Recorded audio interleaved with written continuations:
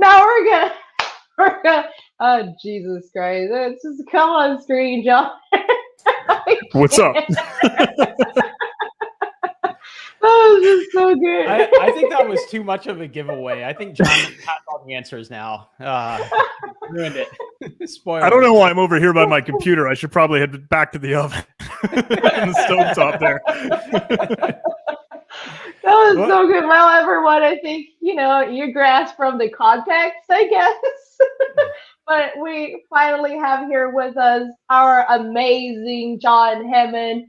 I shall introduce you with your descriptive here on the. I can now find it. Yes. I'll start talking about John Hammond. Thank I got you. plenty to say. Oh no. Yes. Yeah, we're gonna get in a rap battle now. No, just kidding. I have only good things. John Hammond, amazing individual, very talented, has hosted on UHC with us a number of times. CTF, I don't know, enthusiast, maybe. I'm not really sure on what intensity you want your CTF engagement to be expressed as. But John creates amazing videos on YouTube, very informative, and they walk you through kind of step-by-step in methodology and thought process, which I really appreciate, right? Like, it's like kind of how Jeff or Dark Tangent was just saying, like, it's about learning, right? And figuring out, like, can you solve the problem? Like, how do you learn, as opposed to like, do you already have the answer? And John, your videos are spectacular in that regard. You walk through like how you get to the answer, and that's really the key part. So yes. So John Hammond is a cybersecurity researcher, a red teamer, and capture the flag enthusiast. As a threat operations analyst at Huntress, John spends his days reverse engineering malware and making hackers earn their access. Previously, as a Department of Defense Cyber Training Academy instructor, he taught the cyber threat emulation course, educating both civilian and military members on offensive Python, PowerShell, and other scripting languages in the adversarial mindset. He has developed training material and information security challenges for events such as PICO CTF, shout outs to PICO, and competitions at DEF CON US. John speaks at security conferences such as B-Sides Nova, to students at colleges such as the U.S. Naval Academy, and other online events including the SANS Holiday Hack Challenge and Kernelcon. He is an online YouTube personality showcasing programming tutorials, CTF video walkthroughs, and other cyber security content. So John currently hosts the following certificate. Oh boy, this is going to be a lot. Don't bother. 3 lines of certifications. John doesn't sleep is the TLDR, I think. Yeah, I think that's it. That's pretty much it. Thank you. That's a lot of certifications, y'all. Let's just scroll to the challenges. Well, yeah. So I think we have like an intro video that we need to show. But before we do that, John, anything that you want to say to introduce yourself to our audience here? Well, hey, thank you for the intro. I didn't mean for you to have to read the like bio dump verbatim, but that was super sweet and really flattering. So I'm super excited to be here with everyone. I think this is going to be a lot of fun. I'm going in live. I'm going in cold. I don't know what I'm up against. So your favorite fails and fumbling, it's all on the way. We'll see how this goes. But thanks so much for letting me be part of the party, everyone. Absolutely. Thank you for joining us. We're excited to have you.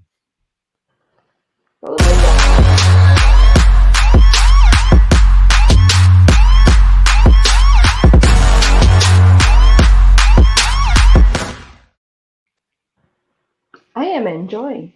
That was bumping. And so this challenge was sponsored by Contrast. And I think we have a creative to read for them. Contrast Security is the leader in modernized application security, embedding code analysis and attack prevention directly into software. Contrast's patented deep security instrumentation completely disrupts traditional application security approaches. So John, I guess you're going to be you're going up against Contrast Security. No, I'm just kidding. But Contrast Security, thank you so much for sponsoring this session. We are super excited to have John, and I always learn something new when I watch web hacking. So I'm excited to see what we've got here in store. And I think there was a vote, right? There were like 2 challenges that were possible. Yes. All right. Yes. People there on the. Oh my God, we do have videos for every freaking thing. That was amazing. Isn't that a Batman song? I think it is. I think that's the soundbite. Yeah. Yeah, it seemed like one of those injects, from the old cartoons. Amazing. Okay, so we do have live voting on the Discord server. So if you're not voting there, please go to the Discord server and vote. You can vote on the challenges that the live hackers are going to perform. You can vote on like tools they're gonna use. You can participate like live on the challenge with the live hacker, literally. And that's pretty much it. So go have fun on the Discord server. Go vote. Your votes will show up here.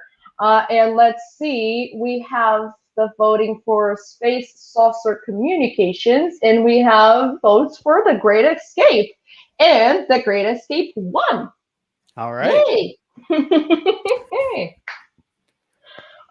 So yes, winner is The Great Escape. And then do we have like a description about the challenge or anything? Yes. We have the description here as an intrepid interplanetary hacker extraordinary. Jeez. Okay, this is going to have a bunch of very hard words. I just wanted to confirm this is the Great Escape backstory, because the other one was called Space Saucer and it says intrepid interplanetary hacker, which sounds very space. I'm escaping from space. Okay, all right, fair enough. It's literally everything is out there. So yes. So NJD, if you can do the honors, that is a lot of very hard words for me to pronounce with my little Brazilian mouth. All right, here we go. And it looks like the description got truncated, so we're gonna have a surprise ending here. As an intrepid interplanetary hacker extraordinaire, you often find yourself in risky situations. However, this morning, as you blink, sorry, I get them confused. However, this morning, as you blink your eyes awake and take in your surroundings, you find yourself unsure how you ended up in a foreign spacecraft on what appears to be a desolate planet devoid of civilization. Sounds kind of like where I grew up. Okay, your crew, made up of some of the greatest hackers in the universe, also begins to stir. You appear to be stranded on this forsaken planet in this malfunctioning ship. The only system that... Oh, here, I got you. We can make it up as we go on. Cool. I thought I was going to have to like freestyle or mad. No. The only system that appears to be online is the captain's log, while flight and navigational systems are down. Your mission, should you choose to accept it, I mean, you could just stay in the town that I grew up in. Your mission is to bring the flight and navigational systems back online in order to get home.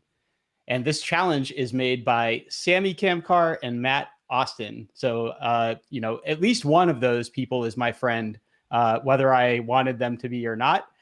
No, just kidding. Old MySpace joke, Sammy making everybody their friends. Sammy's awesome as well. I've met Sammy before. Wonderful human being. John, that is your mission. And now that you're on Hack Live, I guess that means you have implicitly accepted it, right? I guess so. Like, here we are. All right, cool. Let's see. Do we have like the URL where we get started? What's the play here? So I think I'm going to share my screen. Okay. I think that's the play. Okay. How's it look? Can you guys see my nerdy computer? Yes, we All see. Right. Yep. VirtualBox on screen, looking good. Yeah. So I am running Windows kind of on my host right now. I have an Ubuntu virtual machine set up. It has a Kali Linux background because it's good clickbait, but it's really just an Ubuntu Linux virtual machine. I believe the link has been shared with me. So if someone is telling me, if I'm going off in a horrible direction, someone please warn me. But I will open up a web browser and go to this IP address here. All right. On that port. Cool. How do we look? Yeah, looking good. And thank you so much for doing the Zoom. It definitely makes it a better experience for the viewers so that we can all see what you're seeing. And thank you so much. If any of the Hacking Esports UHC players are watching, kids, for the love of God, learn. This is what Zoom looks like in the screen. all right. So the plan here is that John has this CTF challenge to solve.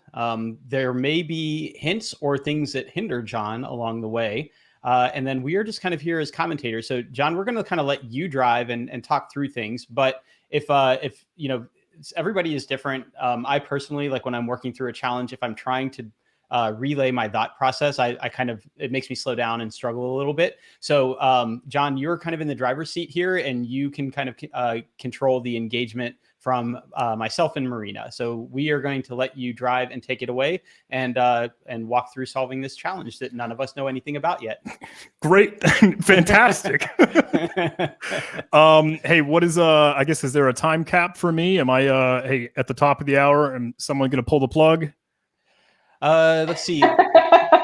You're good. You're good to go till, let me see, let me check. Around 12:15, 12:30 tops. Central time. Yep. Central time, yes. Okay. So you got yourself a good 1 hour, 1 hour and a half. Tyler is being very nice in the chat. He says, "Hey, John, we'll make sure you finish. We're going to hold your hand for this if you need it." But let's see what we're doing here. So I am kind of going to approach this as if I would just regular commentary on a video that I might produce. So I will try and talk aloud through my thinking here. I'll try and meme and goof off as we go along just as well. But I like this little spinning astronaut. That's probably me in this situation. I see a couple links up here for system status and a captain's log and a button for a new log entry. But before I dive into that, I'm going to start some enumeration kind of off in the background. So I'm going to open up a directory in my terminal here. And I guess I'll just maybe run Nikto as a super simple bare bones basics dummy thing to do. I don't know if that's going to actually find anything, but it's still something to run along off in the background. I might do the very, very same with GoBuster. And you guys can watch me fail typing as I'm going through this. I'm not positive if the version that I have of Dirbuster that I have installed right now is the one that actually specifies the dir flag when it's necessary to like actually do directory brute forcing. But let's find out if my syntax is wrong or not. And we'll just apply kind of the word list that comes from Dirbuster. Someone please scream at me if I'm going to like unintentionally break this machine while I do that. It looks like it's finding log and status, the same things that we saw linked on the page. Before I dive in, again, I still want to kind of check out what this page is made out of. So I'm going to hit Control U on my keyboard, or really right click and view source, so I can see like the HTML, the CSS, the cascading style sheets, and JavaScript and all that. A lot of this is boilerplate HTML, the markup language, but I do see an interesting comment here to do. We want to move Redis to its own server, which makes me wonder if there's a Redis caching server on here. Update the Docker server status page, which also makes me curious that there is a Docker maybe server interesting thing running. Fix some safe image rendering bugs. Oh goodness, that maybe that will bring me down a road that I haven't been down before. I'm in uncharted territory here. I don't see anything else that immediately sticks out in just this HTML display. All of these links for objects or images that are pulled in are from external links, so I don't think that'll be all that useful. Same thing with the kind of boilerplate text here, and looks like it's loading in jQuery and other third-party libraries. So nothing all that interesting there, but I guess we can go take a look at that create button and some of those other links. So let's check out that system status, which gives me a strange-looking hash sort of thing. That's the captain's log entry. That's the only one that's running. And I have the Earth in the way, apparently, for the flight computer. Yeah, here, Earth. This rocket ship might just crash into Earth. And the flight computer and navigation also have different hashes, but those are seemingly turned off. So what I am thinking, just by kind of glistening this could potentially be like a Docker image identification tag. So if I were to make a cheesy Docker PS, see if I have anything running, which I don't. I have some other things that I might be able to showcase. Okay, here's a Python one. So I could potentially run like a Docker run TAC interactive terminal Python. Yeah. Oh, it probably needed the tag there. So Python version 3. Okay, so now I'm in a Python interpreter, however, that is running within Docker. So since I've got that spun up, I could run like a Docker PS and potentially see the container ID that would be associated with that. So it looks like a hash. It looks like that sort of thing. That's just the idea that I've had from that. I do see Nikto and GoBuster are coming back with an interesting entry separate from what we've seen thus far. This /console is totally new and not linked like log and status are. But we've checked out status. Again, I'll just kind of view the page source to see if there's anything worthwhile in there. Doesn't look like there's anything new. And now we can also hop back to check out the captain's log. Ooh.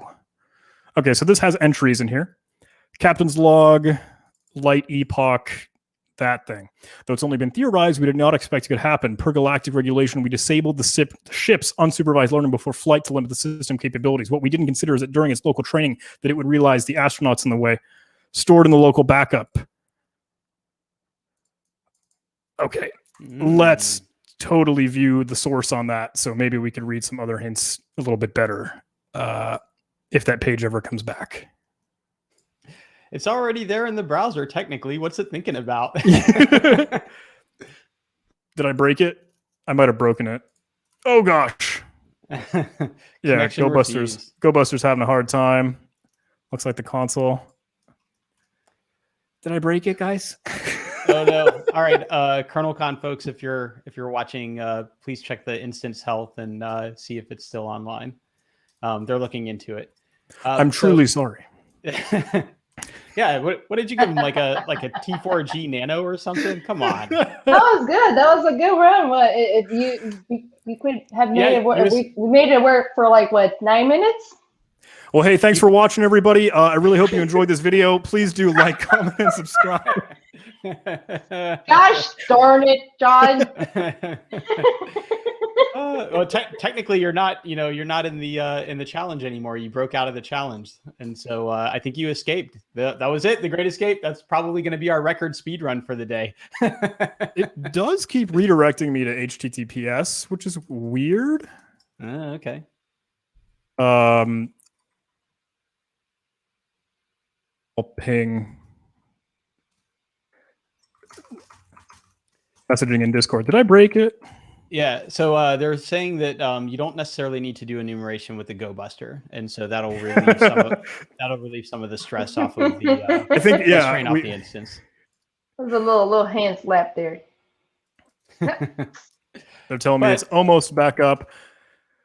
But that's a very common approach, right? That is one way to enumerate a web application, and I generally tend to start with like robots.txt, looking at the source, John, like you mentioned. And then, doing some kind of enumeration, whether it's GoBuster or FUF or Feroxbuster, whatever, WFuzz, whatever your enumeration tool is.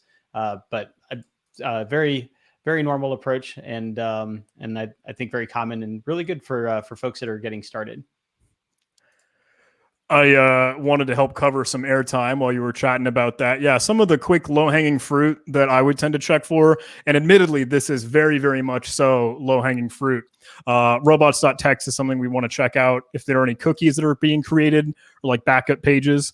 I'm seeing signals that the site is back up. Looking for admin directories or public repositories, etc. Those are kind of things that I would at least have on my immediate checklist to take a gander. Cool. Hopefully there's at least more than one vCPU, and you've got a fair amount of RAM for this new instance. May have a different IP address. I don't know how the elastic IPs are going to work on this particular set. So Kernelcon folks, if it's got a new IP, would you please let us know? But we will. And there, John, in your curl, you curled to port 80 instead of 5,000. Oh, thank you so much. I appreciate it. No worries, still not there yet. But yeah, so we did see some interesting things, and it also sounded like in that last page that you were looking at, John, it sounded like there might have been a context clue there, which I kind of like to meta CTF while playing. But the context clue sounded like there might be some backups, right? And in your GitHub page that you were just showing us, that was one of the things that you had highlighted with the backups, with like the tilde or like the swap files from Vim, or people just naming their files .back as they make copies. So all good things that we might be able to check into and may get us further. And then let's see whether, why don't we try another curl or see if the site's back up? Still no love. All right, Kernelcon folks, let us know maybe if we need to switch IP or something like that, or maybe move to a different region potentially. I don't know. It sounds like they're working on it. Okay. So John, based on those endpoints that you saw, there was like like console and log. What are you kind of thinking as you see those items? So I am still thinking, but when we were checking out that status page, we did notice some seemingly strange hashes that looked kind of like, and maybe this is a complete wrong assumption, but they look like container image IDs. And if Captain's Log might be a service that's running, or if navigation or flight operations is something else that would be running, and those are just off. Maybe that is something that we could look into. I haven't had a chance to poke at this console just yet, but I'm looking forward to that. The Captain's Log looked like it had other info, but I hadn't fully read it just yet, and then I managed to bork the thing. They're asking if I have a new IP address. I don't believe so. Let me go take a gander.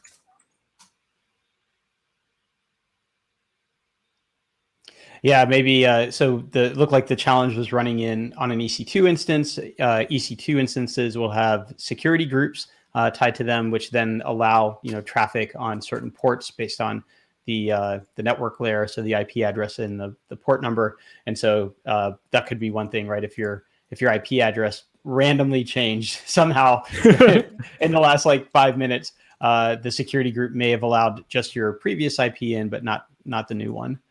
So that might also be something. We were having some conversations before this game got started, because I am cognizant that this is a live hacking competition. So there may very well be some other clever folks that would like to jump in and hack just as well. And maybe they would muff some things up. So I asked, like, can we do any OpenVPN, which I know we've kind of done for UHC?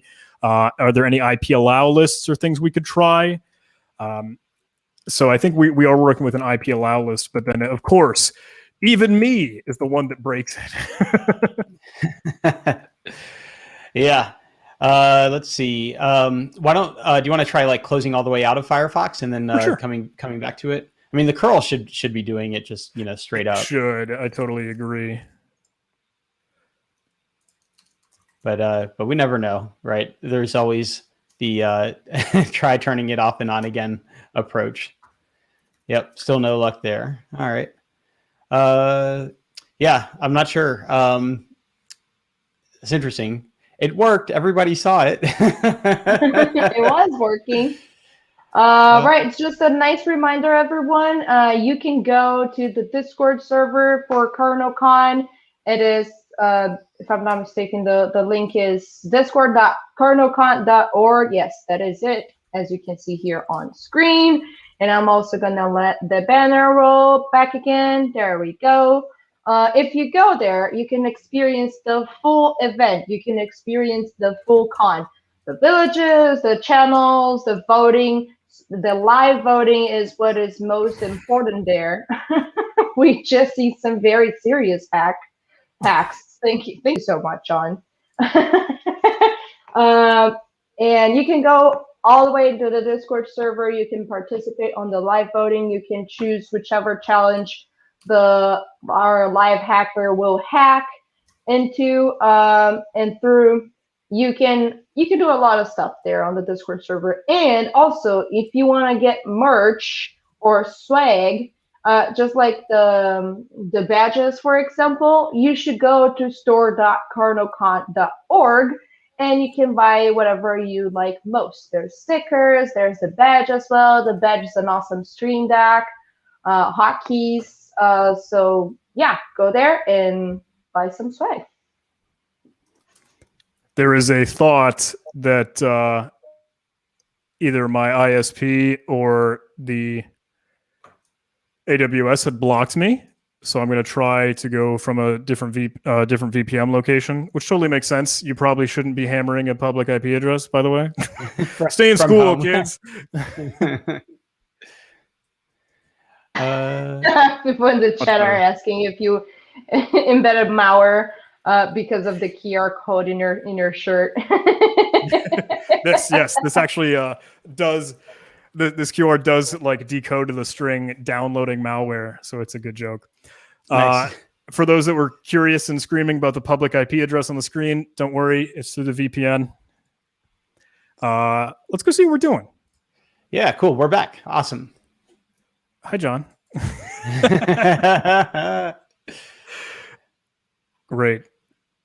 All right, back into it. I kind of want to get an idea as to what this whole thing said, because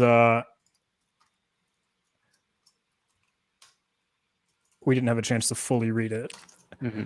Though it's only been theorized, blah, blah, blah. Or stored in our local backup. It's somehow planned. How did it know that we would have a system failure requiring us to fail over the backup?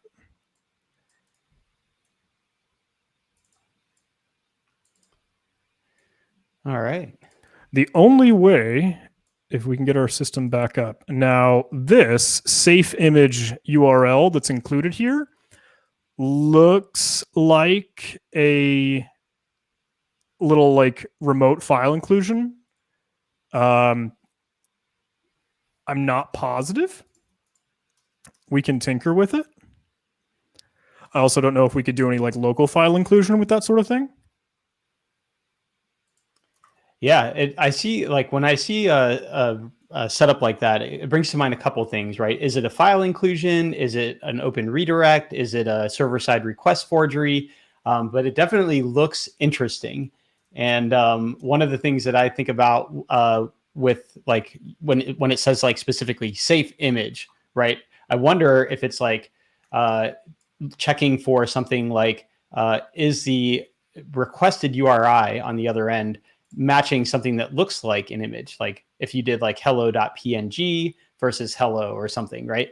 So, whoa, there you go. That looks good. I just wanted to try some local file inclusion. I used the file schema. I'm not exactly positive if this is the route to go, because sure, we can potentially read files, but that doesn't get us much closer to like remote code execution if that's something that we want. Maybe if the whole hint that this keeps driving towards is doing something about logs or backups, we still have some places that we could go. So yeah, when I find something like this, I tend to think about like, right, the environment is a really good one to read. Ooh, some of that looks promising. GPG key. But then I start thinking about where can I write stuff or how can I write stuff, right? Because if it becomes a file inclusion, I want to be able to control the contents that get there as well. So I'm looking at this PWD for the present working directory as we're currently running. I wonder if we could read the source of the application. Maybe that's a thought. Mm. Again, not exactly positive if that's the whole direction going, but we'll find out. And we kind of would just have to guess the file name if we were to do that. But looks like app would work. So Nice. I'm in /app and app.api just to get a better idea as to kind of what this thing is. We are connecting to a Docker client. I'm looking at Python code, right? Yep. So we're looking at a SQLite database imported in, some other modules and things imported in. Looks like we are going to end up doing some request out with URL lib. And we also connect to a database. We have nice. that's a local database. Looks like a file in this current directory, which is kind of interesting. And a Redis URL, which is only bound to localhost. The secret key is an incredibly secure secret, the random string. It's random. The status route, looking at Flask language here, or Flask kind of a setup for how we can do a little micro web framework. That is going to be listing out Docker containers. So we had a decent hunch.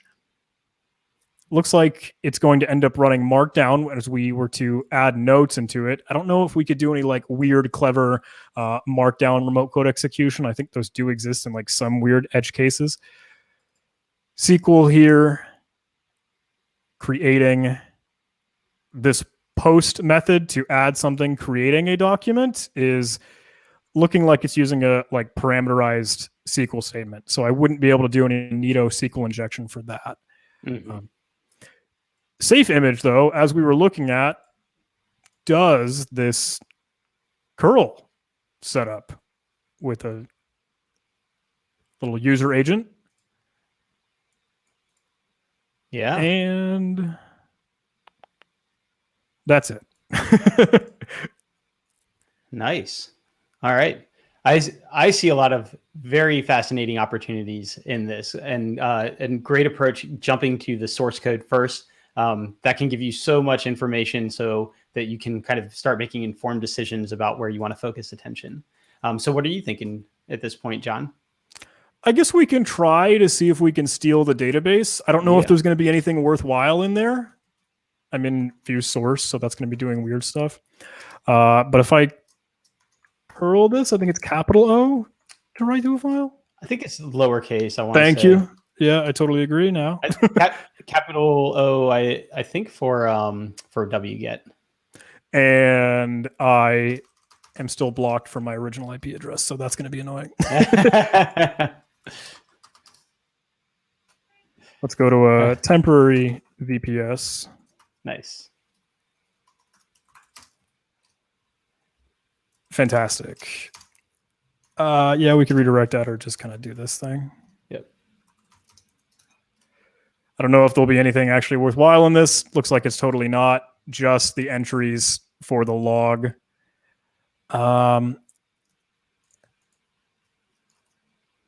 With that in mind, let's steal this Python code. Excellent. Yep. Make it a local copy. And then that way, if the instance goes down again, we've at least got something to look at locally. Yeah. I notice here that the database connection is unauthenticated. And so that means we don't get any credentials just yet, unfortunately. But there might be other places where we can get creds. Now, I'm curious about Redis. I'm curious about Docker, but I am not positive what more I could lean into on this.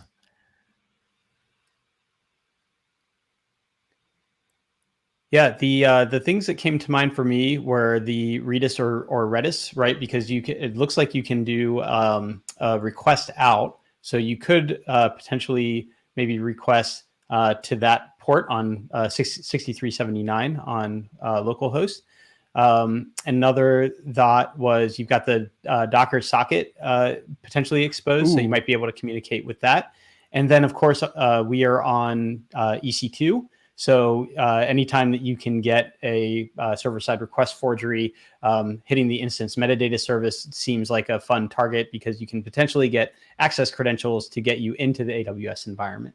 Ooh, okay. That's a road that I would maybe need a little bit more of a nudge in. But if we were to connect to that Redis, would that respond over HTTP just fine? on that? I believe so. I feel like I did a system either on Try Hack Me or Hack the Box where I was able to hit it, without a client and still. What was I doing? I was able to cause the Reddit. I remember I was able to cause the Redis or the Redis to dump like a backup out, and then I was able to write a record into the Redis or Redis instance, which then was like my content, right? And then cause that to write the backup out to the disk, and then I was able to request that.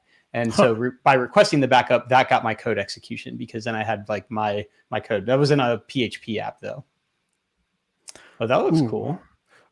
This is a WorkZerg console, or the debug console, that comes from running this Python Flask application in debug mode.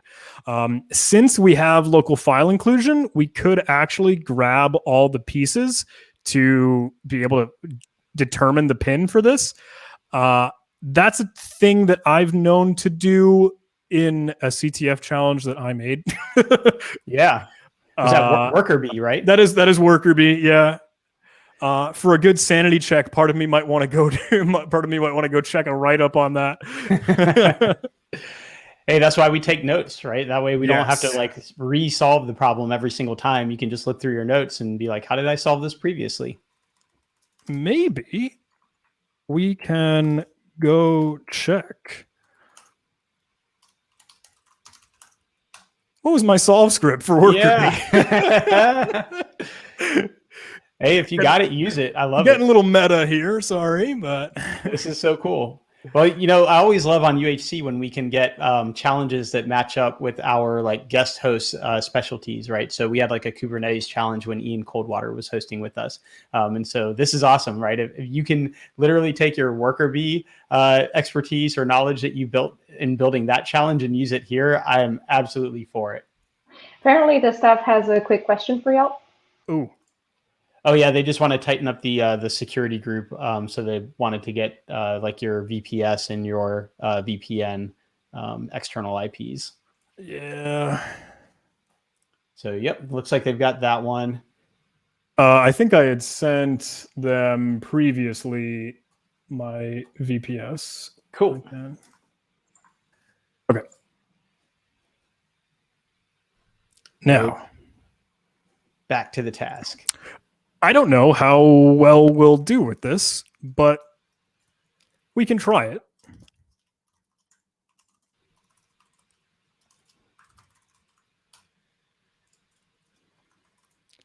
So normally I'd read from the environment to grab the username, because that is one potential thing that is necessary for building out the code that can generate the pin that would be needed for accessing the console.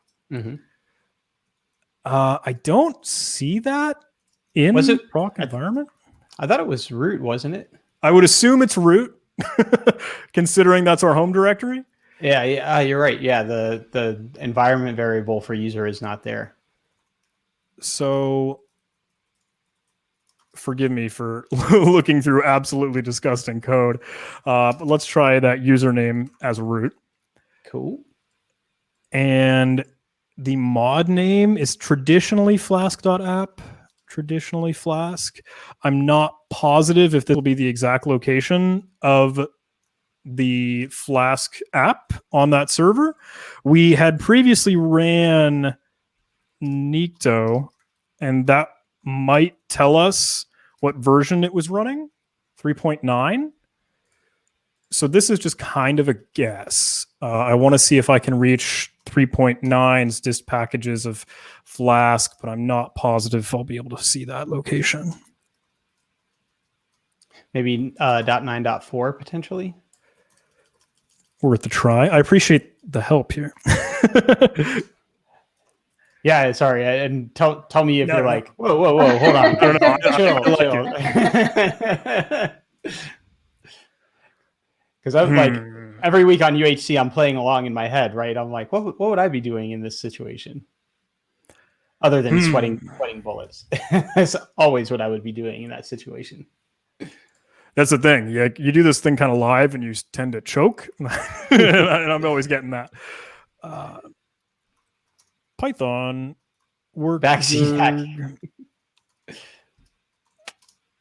pin exploit write up. Hack tricks, of course. always great. Yeah, the classic. Mod name is flask.app. Yes. Get adder is going to be an absolute path of an app.py. And the MAC address of the computer. The problem is finding this.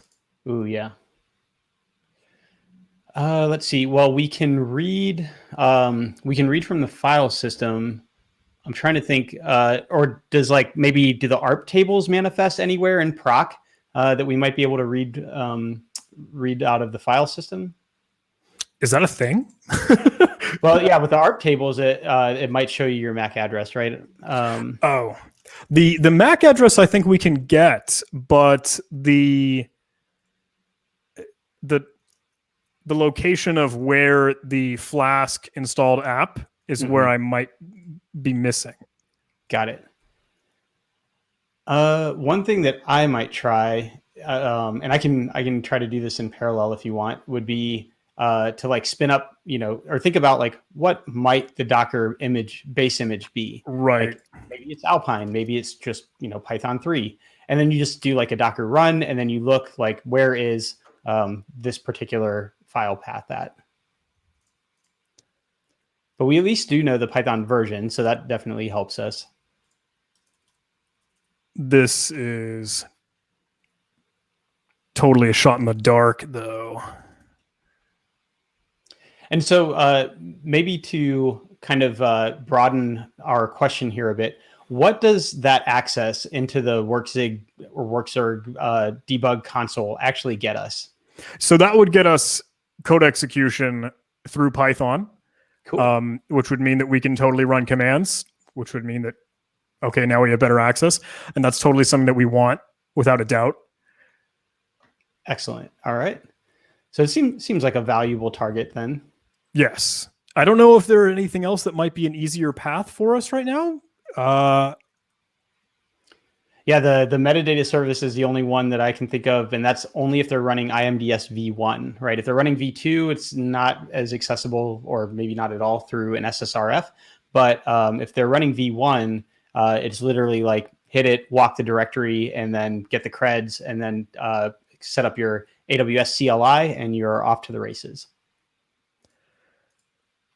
Part of me wonders if these other schemas are things we can actually access, like with safe URL, or is that safe image? Yeah, good call. It did have a note about safe image, but I'm not positive if that'll actually get anything.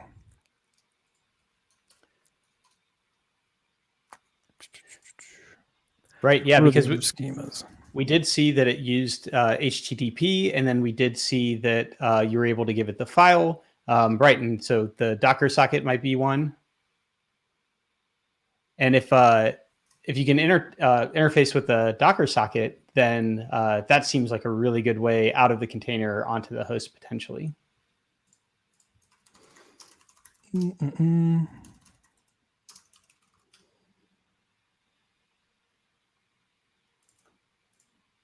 I am amazed that Hacktricks was not the #1 result on that search. No lie. I'm sure there is a good one on Hacktricks, isn't there?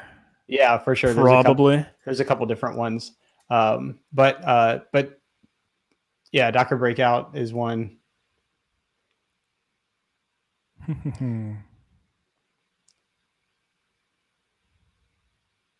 But I think this is once you actually have code exec in, right, in the actual container. Might not help us all that much just yet. Mm-hmm. But I believe that there's an API, that Docker has an API, that so you can still, I want to say, without, it's been a long time since I tried it, without the code exec, as long as you can talk to the socket, you should be in good shape. Huh. Now that would probably need like other arguments and things set to it though. Or with the Unix schema or that sort of protocol there, did that seem to do anything in your opinion when we tried that URL here there? Right. Yeah, I didn't see any like response necessarily, but it seems like you should have access to the socket. And then again, I'm not super familiar with the Docker API, but if you can communicate to the socket with the API, then that would be potentially a way. So let's see. The API or the HTTP API, I know is something that usually has a port to it that I don't know if it's going to be displayed or running locally. Docker API default port. Let's try it. Let's see. There's an article on securityboulevard.com about messing with the Docker API through the socket. So yeah, that one, they are doing it. Let's see. Oh, I guess maybe it is.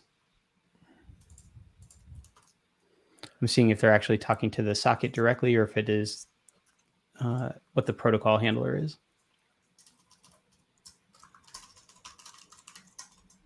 $2375 for HTTP. Nothing there.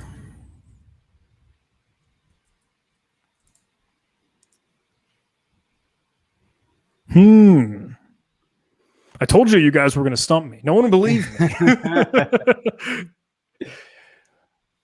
Well, we definitely have a few things we can keep poking at here. We don't have to necessarily focus on the Docker stuff. Where were you feeling most excited about? What looked the most promising to you? I was really thinking that code execution through the WorkZerg debug console would have been worthwhile. Got it. Okay. But what were we missing? Certain. Yeah, we were missing that piece of where the application file for Flask itself would be installed within this. Got it. All right. So let's see if there is a Python Flask Docker. And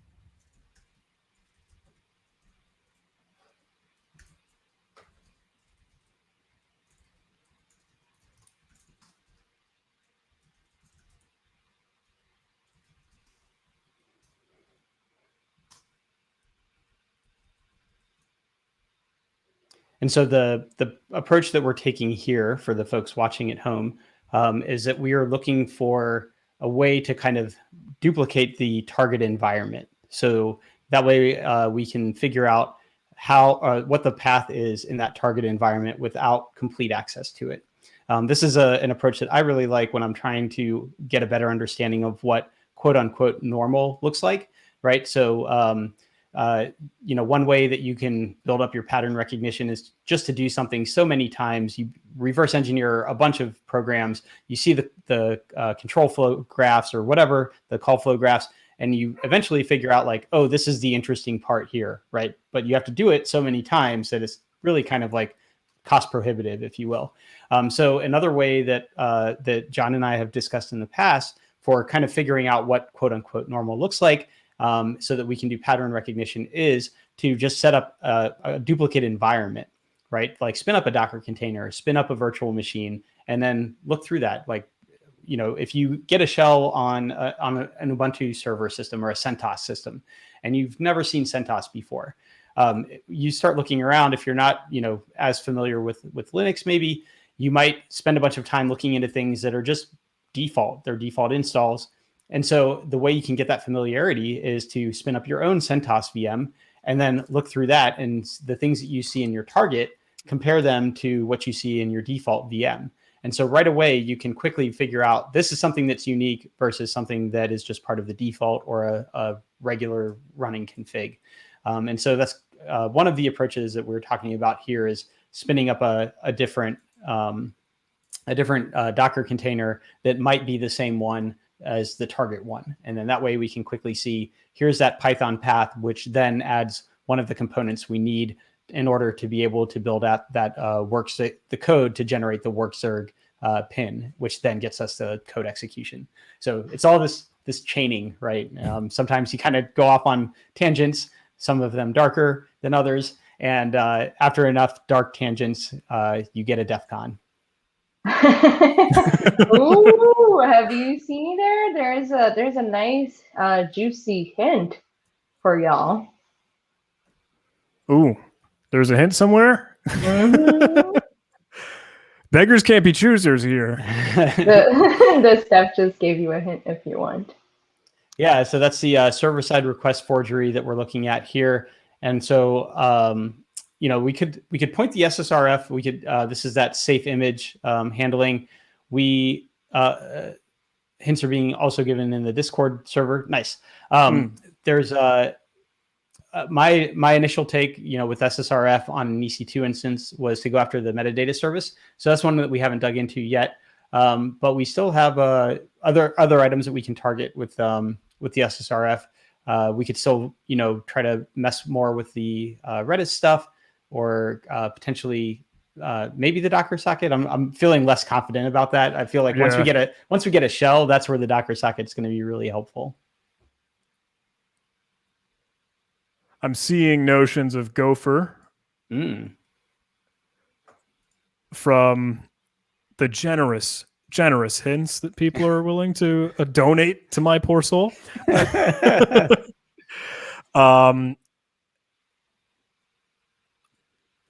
Also metadata? Yeah, that's that IMDS, the internal metadata service, I think is what it stands for. Is this IP address like what it is all the time? Yep, for AWS. Yep, exactly. And so that's a mechanism that EC2 instances use to learn information about themselves. And so while that path may not be the right path, what you can do is walk that directory back, right? So if you just go to /latest, I think. Okay. I'm going to go all the way back there so I can kind of get an idea. Perfect. All right. Yeah. Okay. Yeah. So I'm going to be a noob here. I am admittedly not an AWS guy. So I'm going to do some live learning if that's totally cool. Yeah, awesome. And so what's really cool here, I've done this in CTFs in the past. Yeah. So what you can do, these are all just directories, right? This is a website essentially is what you're looking at, right? Because look at the address at the end there, that http://169.254. This is a web address, right? So what we're doing is we're looking at this service that just runs internally exposed to the instance that you're running on. The instance being that 3.133.121.234, right? It's essentially a VM in the cloud. So now we can look into any of these. Some of these are files. So if you looked at AMI-ID or AMI ID, it would be the image ID of the system that's running in AWS. So, okay, didn't give us anything. I clobbered metadata, that's why. Oh, okay. And so that just happens to be the instance ID, or I'm sorry, the image ID. Now, the one that looks interesting to me here is identity-credentials.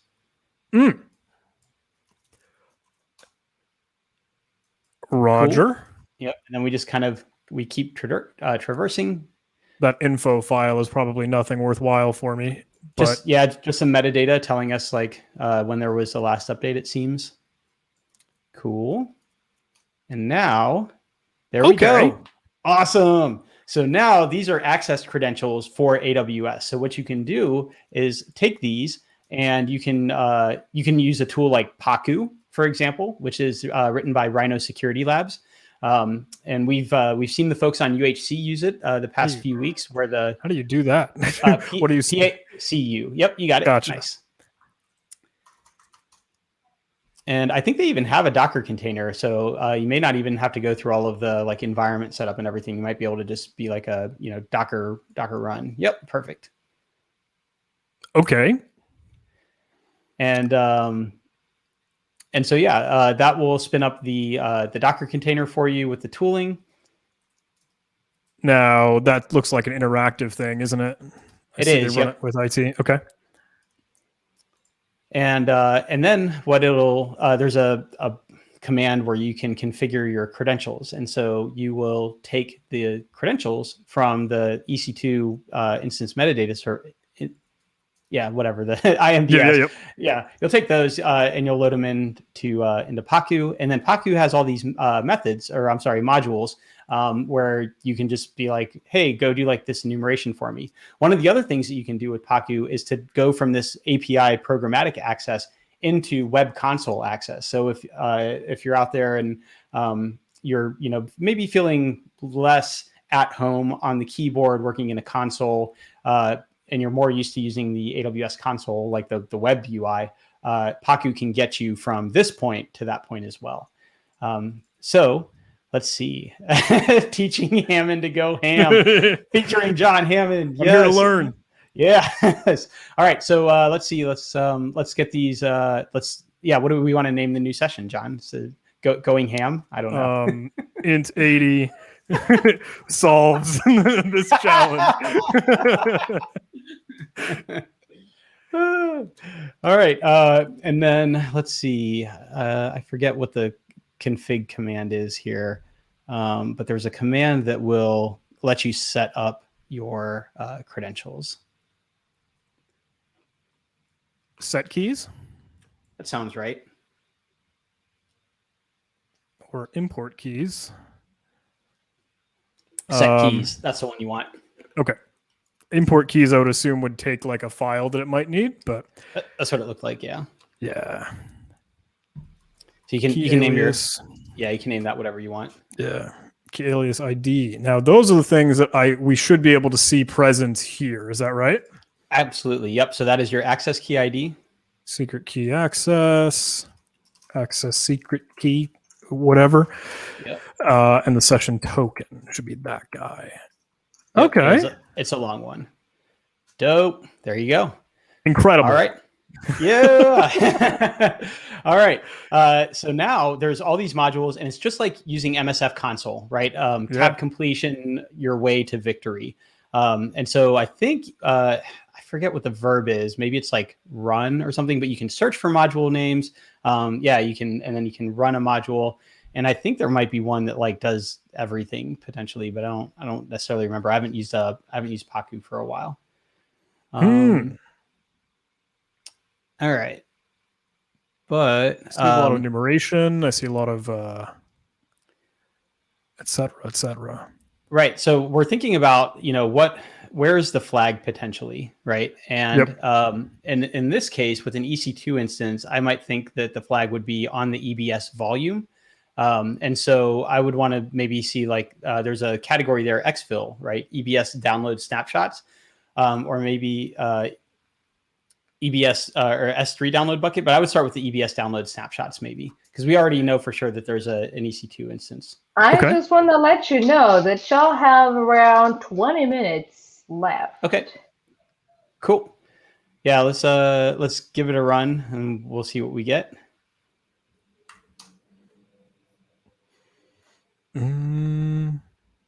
Okay. Yeah, go for it. I think it should run through all of the regions on its own. And so this is like, the regions are effectively like different areas of the world. So, US East 1 is in Virginia, US East 2 is in Ohio, SA East 1 is in Sao Paulo. So it's just, all over the place. Do we need a user account ID? I don't think we should. Let's try and fetch it, I suppose. Yeah. I was going to say, given the access creds, you should be able to get the account ID. Now, I super appreciate you doing this because, again, this is operating at the edge of my understanding. This is completely uncharted territory for me. This is super fun. If you're interested in this stuff, there's a few CTFs online. Flaws.cloud, FL, and then AWS because it's AWS. Flaws.cloud, Flaws2.cloud, and then the people that make Rhino Security, or I'm sorry, the people that make Paku, Rhino Security Labs, they have a set of scenarios that you can deploy into AWS and use Paku to walk through. And I think they've got walkthroughs published as well. So it's kind of a really cool way to, get your feet wet with cloud. And you can obviously set up, a temporary AWS account that's got like a free tier for, I think, a year or something like that. So I'm not seeing any volumes or snapshots with that command. Yeah. Mm, We can, another thing we can do is we can see if we can list buckets. And so that if we can find an S3 bucket, right? S3 bucket is the object storage where you can like dump files into the service. So if we can see any buckets, we can download them. All right. So we didn't enumerate any buckets. We don't have the permissions. All right. So this happens. So the AWS control plane may not be the place for us to play in right now. We may need to get, something that's more focused into the instance itself, as opposed to the like cloud layer on which the instance runs. So yeah, what I would kind of do here is see if there's a way to run all of the like enumeration modules, and see if there's one for SSM. SSM is a systems manager, and if you can use SSM, that can get you a shell directly into the EC2 instance. that sounds cool. Yeah. I don't know if I don't see any SSM currently. Just scrolling through this. Sure. Yeah. I guess just keep scrolling and we'll see. Synum speed systems manager. Is that maybe? That's it. No. Yeah. Okay. And so SSM parameters are like basically any pieces of data that you want to pass in. So you could say like, my image ID is like this particular image, right? And then you could store that as an SSM parameter. Got it. Okay, no luck. Okay, why don't we back out of the AWS stuff? Sure. Maybe we can come back to it, but I think you still have some really good targets there with the SSRF. You may, like we've seen in UHC where people use SSRF and they use, what is the tool, like Go For Us or something like that. We had a UHC edition, and John, you might have hosted with me on that one. We had a UHC edition where there was a Redis system, there was an SSRF, and the players used Go For Us to leverage the SSRF to then hit the Redis box or hit the Redis instance. Okay. So Salesian, if you're out there, send us your karma. No, just kidding. Salesian is the top champ on UHC, having won 10 of the editions, and I think we're coming up on like edition 38 or something like that. So that is accurate. It is next edition will be the 38th edition. Nice. Which is an actually nice moment to say to everyone listening. This week we will not have UHC on Sunday. Since we're here on Kernelcon, we're going to take the weekend to rest because this is a 8 to 9 hour live stream, so we need our weekend. And we'll let you know whenever we come back. Yes.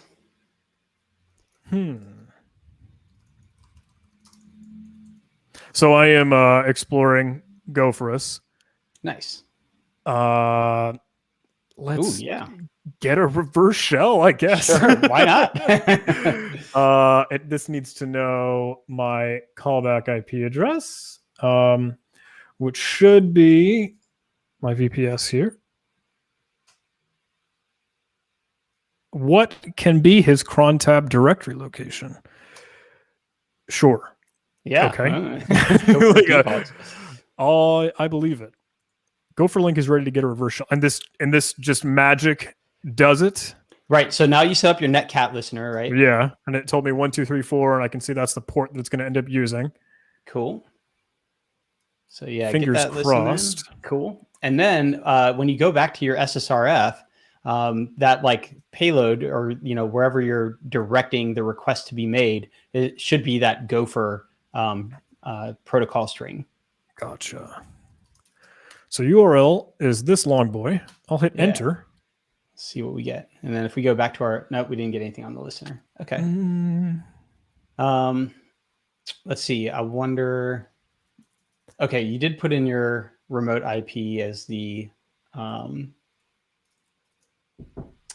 callback address. Yeah, let's review here. I use Gopherus with exploit Redis, calling a reverse shell, calling back to this, which likely needs that port open since this is also out and about in the world. Yeah, there you go. All right.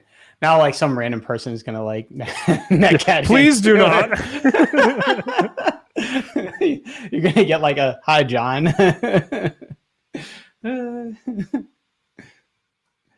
All right, here we go. No love. I wonder if we like. Okay, yeah. It was on localhost. And 6379, that was the port that we saw from the app.py. Is that accurate? Say that again.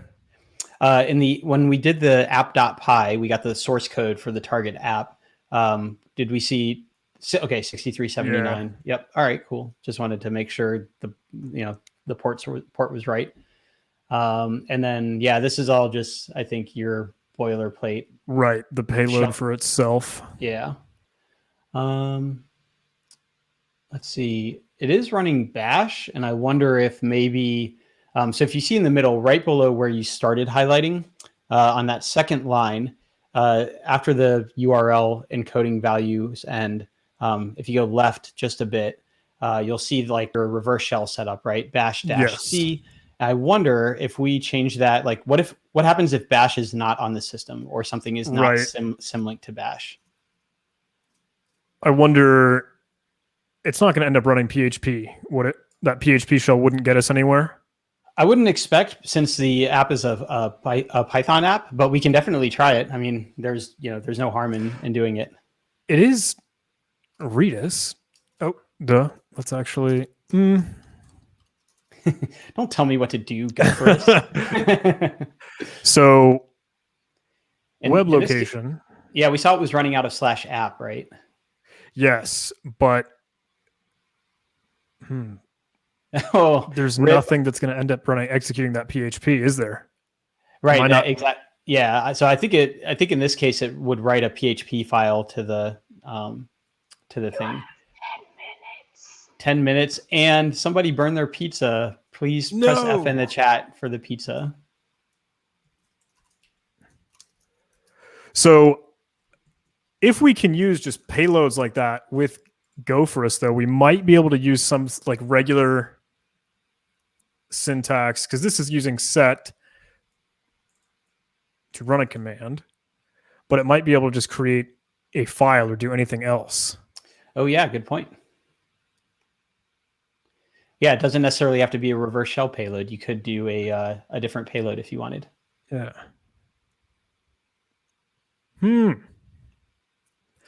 So yeah, the thing that I would probably try first, my own personal take, was just to switch from bash to regular shell, right? Just to sh, just in case bash. Yeah. Just edit that, right, and just remove the BA. Yep.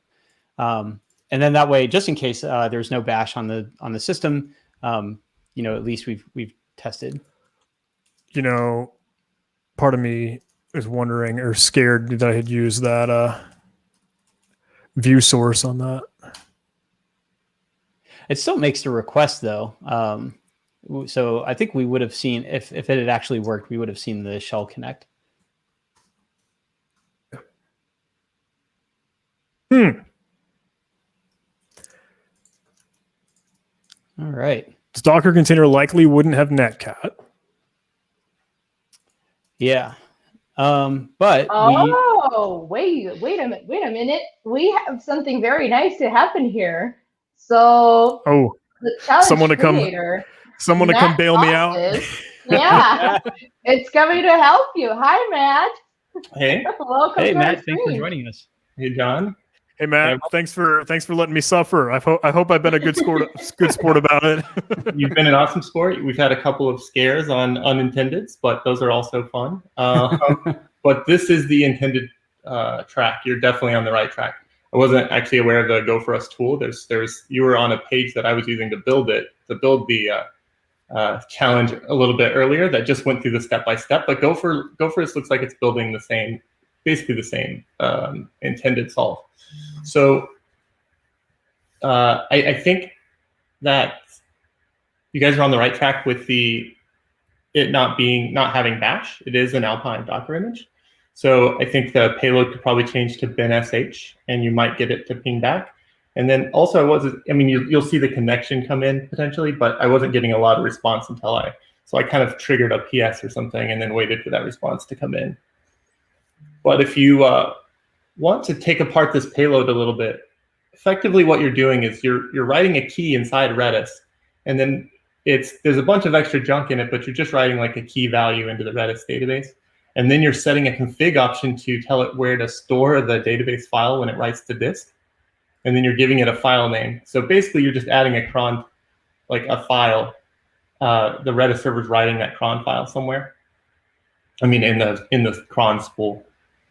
And then you tell it to do a save and it writes the file. And apparently cron tab allows almost anything. It's like new line based. So as long as you have a couple new lines in there and you have a valid cron line in it, you'll get it back. Whoa, there it was. Or maybe this might be a troll. Someone randomly connected to you to say hello. So yeah, if you wanted to, John, you could restrict the firewall, to only the IP the IP address of the EC2 instance, or the audience at home could just behave and let John's VPS chill out in peace. So it sounded like from you were telling me a /bin/sh might be safe enough for that to work, or that's right. Okay. I didn't do it all in one step. I sent multiple requests, like one to set the file and one to do all of that. I think that syntax would make a little bit more sense. So if you want to decode this, just look at it. If you want to URL decode it, I think that might be a little bit handy instead of trying to poke through what you're seeing here. But I think it's unquote, maybe. And one of my favorite things, John, that I will always say about you is we're like, oh yeah, let's do this thing, and you're immediately like, I'll just write code to do it instead of using like one of the like over 9,000 available tools to do it. I would have been like, go online to like search for URL decode and then just dumped in the contents. Yeah, there you go. So this is going to get real messy, and probably isn't all that helpful.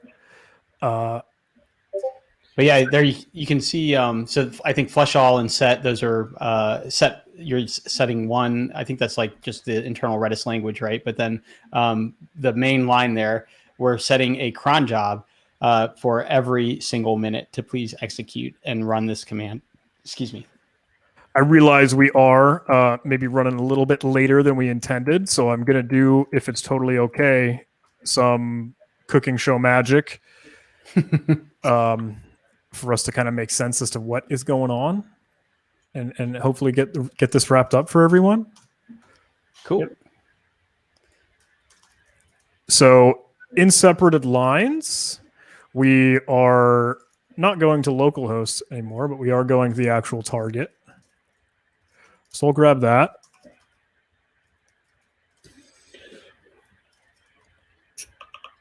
Oof. I didn't know you could do that in Sublime. That's amazing. Yes, Sublime is lovely.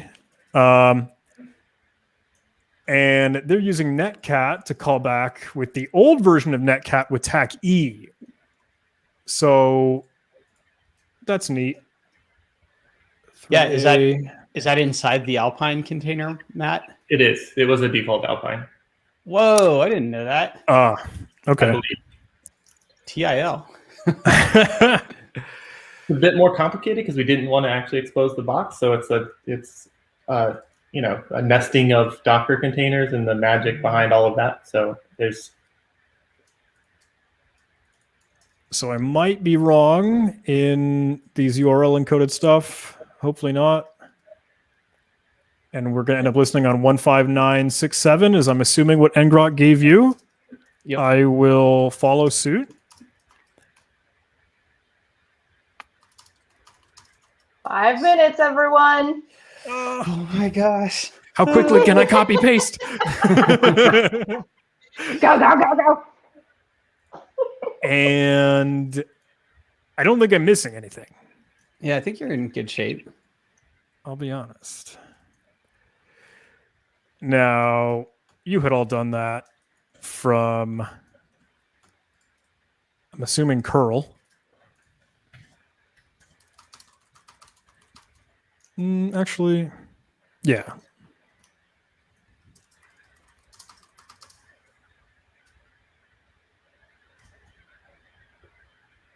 Do you think curl will behave with it or no?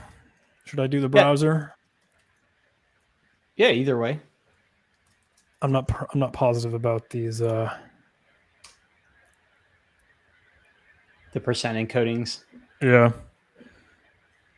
That got a Redis response though, so that makes me feel a lot better. Yeah. That's good. That set the value. You got a plus OK for that. Yep. Great.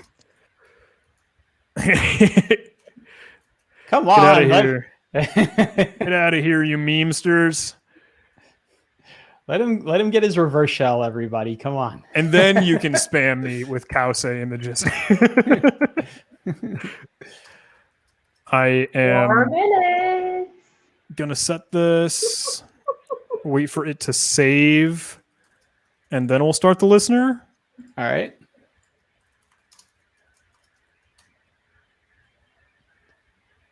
And I don't know if we'll need to wait for cron to like trigger on the next minute.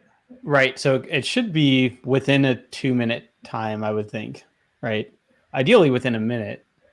But I'm just imagining if you wrote it like 1 second after it just ran.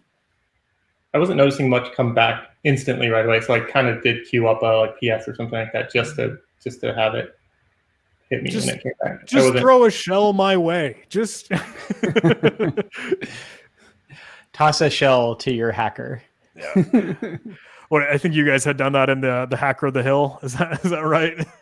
Right. Yeah. That was it. I think my donut got in, started disabling all of the like ingress vectors, and while I was still like stuck outside, and then was kind enough to toss me a shell. You try like a PS or whatever, just hanging on that because there it is. Maybe. Yeah. Yeah. All right. We got a shell. All right. 2 minutes. 2 minutes. Now so the intent was to bring up a couple of those services. You did notice that from the file earlier that you had the Docker, but you don't actually have Docker on the internal box, but you do have the socket. And so, so since we could reach the socket, oh God, I've killed it. Damn it. That's okay. With the cron job in, it should just send you another one, right? I know we're cutting low on time, but with the access to the socket, you could trigger that with curl, right? And use that API to start one of the containers or of those that you had found in that status page. That's right. And then there's an endpoint for the JSON. There's like a JSON endpoint for Docker to list all the containers as well if you didn't happen to have the container names. So you could start those containers or shell into them. I think if you made this a more standard CTF, you'd probably put the flag on one of the other containers and bring it up, then go shell into it and pull the flag out. So that's...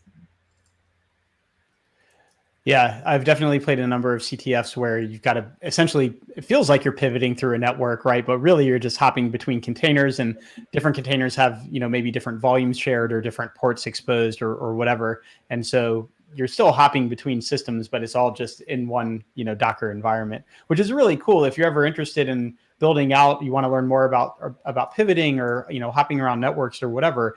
It's a great technology for that with Docker. You can even do Docker Compose, where you write a YAML file and you just run the Docker Compose, and it like literally sets up the environment for you immediately. Woo! There it is. Well, hey, I don't know if that's really deserving of an applause. Of course it is. Yeah, That's absolutely. Teamwork. Well, hey. Should always be applauded. This so makes a lot of really cool conceptual sense, though, because with the way that we got the source code, we're able to kind of determine, okay, where Redis is and how we can take advantage of it. The Docker socket is also part of that, and as we kind of saw with finagling the API, and we have access to those IDs for what the containers might be. So I hope, even though this was kind of hodgepodge and you guys were holding my hand over here, there were still some good learning lessons and some good value out of that. Great job. Yeah. In the time constraint, I think it was really good flow. Cool. I mean, Amazing. But Right. Thank Thanks you so much.